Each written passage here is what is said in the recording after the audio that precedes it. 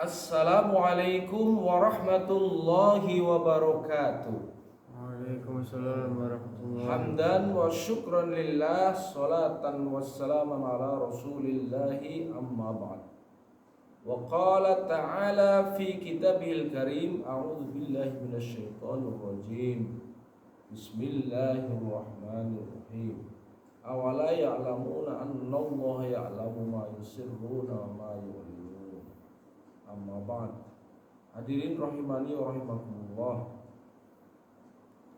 Allah Subhanahu wa taala tahu terhadap apa yang ada dalam hati kita, yang tersembunyi, yang masih disembunyikan, dan juga tahu apa yang sudah dijaharkan, sudah dinyatakan, baik itu berupa kebenaran maupun kebatilan, baik itu berpikir positif maupun berpikir negatif, baik itu niat-niat yang buruk maupun niat-niat yang baik, baik itu niat-niat jahat maupun niat-niat mulia, semua dipotret oleh Allah dalam hati kita. Sekalipun ayat ini turun berkenaan dengan sikap orang-orang Yahudi yang menyembunyikan kebenaran, mereka bersumpah dan menyatakan dirinya juga beriman, ya, akan tetapi Allah Subhanahu wa taala mengetahui apa yang ada dalam isi hati mereka. Namun secara umum ini juga berlaku kepada kita. Bagaimana kita itu disuruh oleh Allah, diperintahkan oleh Allah untuk bersikap jujur, sehingga menyatakan kebenaran sesuai dengan pikiran, perasaan, hati yang ada dalam diri kita, dinyatakan juga sesuai. Biasanya orang itu menyatakan sesuatu sesuai kepentingan. Bahkan terkadang urusan ilmiah itu seringkali juga masuk dalam hal ini, ya. Buat skripsi, ya, datanya nggak pas, dipas-paskan, ya. Akhirnya kesimpulannya beda, tidak sesuai dengan data yang ada, tapi datanya disesuai dengan keinginan kita. Itu kan menyembunyikan data, ya kan, sehingga kesimpulannya keliru. Kesimpulannya sesuai dengan yang kita inginkan, datanya beda. Itu termasuk juga kita menyembunyikan kebenaran.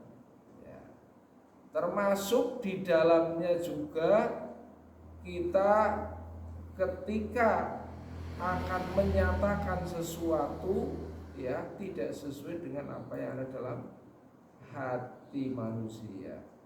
Biasanya rayuan gombal, ya, hatiku begini kepadamu, gitu ya. Tapi dia hanya menginginkan untuk mendapatkan sesuatu keuntungan.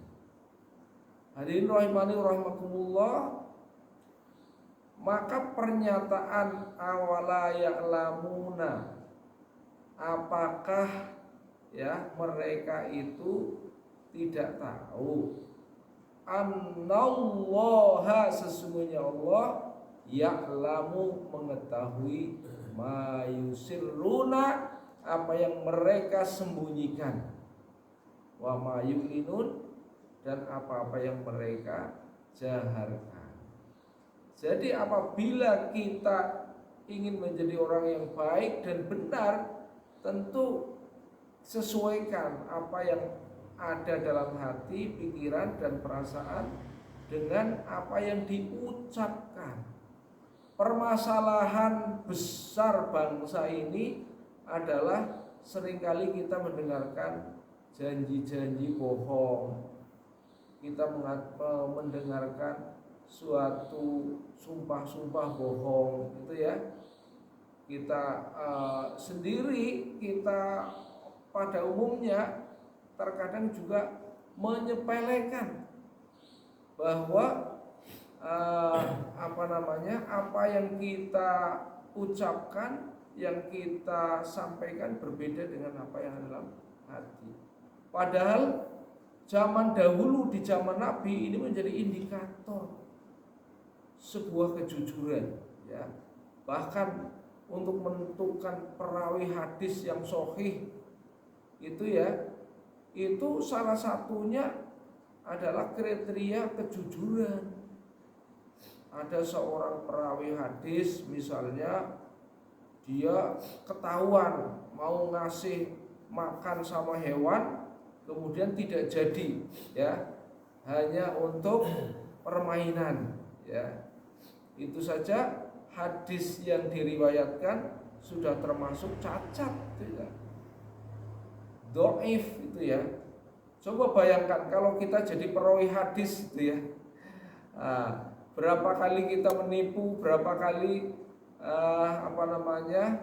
kita melakukan tindakan yang tidak sesuai dengan apa yang kita pikirkan, dengan apa yang kita katakan, ya.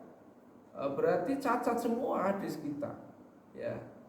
Inilah sesungguhnya perkara-perkara penting yang kadang-kadang kita sepelekan. Makanya ketika ada seorang datang kepada Nabi, ya, ingin masuk Islam, tapi dia mengatakan kepada Nabi, bolehkah saya masuk Islam, tetapi saya belum dapat meninggalkan zina. Maka kata Nabi, boleh, ya. Wah, orang itu sudah sangat gembira karena yang tidak bisa ditinggalkan zina. Tapi ada satu syarat saja yang harus Anda penuhi. Apa ya Rasul? Jujur, ya. Nah, satu syarat ini jujur, maka orang itu merasa siap, kalau gitu saya masuk Islam. Mudah sekali, hanya jujur saja syaratnya, ya. Maka akhirnya dia masuk Islam, gitu ya. Nah, kebiasaan berbuat zina belum bisa ditinggalkan. Pada saat zina lah itu ya dia, ya. Tapi begitu bertemu dengan Nabi, ditanya oleh Nabi, kamu dari mana tadi? Gitu ya. Dia sudah tidak bisa bohong lagi kan, karena dia sudah menyatakan siap masuk Islam. Syaratnya apa? Jujur, ya. Dia sudah nggak berani bohong lagi. Wahai Rasul, saya telah barusan berzina dengan si fulana, dan seterusnya. Maka Nabi mengingatkan kepadanya, ya, dengan menepukkan telapak tangannya ke dadanya.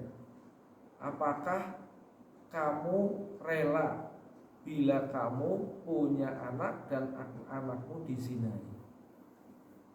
Apakah kamu suka bila kamu punya istri, istrimu dizinai? Ya. Nggak bisa berkata apa-apa, ya.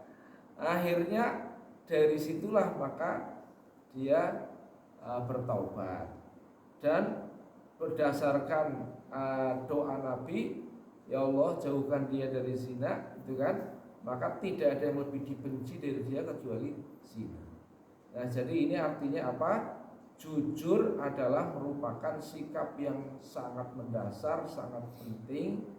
Oleh karena itu, marilah kita terhadap diri kita sendiri, ya, selalu berbuat jujur, karena Allah tahu apa yang disembunyikan dan apa yang dinyatakan. Terima kasih. Semoga ini bermanfaat bagi kita semua. Mohon maaf atas kekurangan, dan terima kasih atas perhatian. Sekarang sekian, billahi taufiq wal hidayah. Wassalamualaikum warahmatullahi wabarakatuh.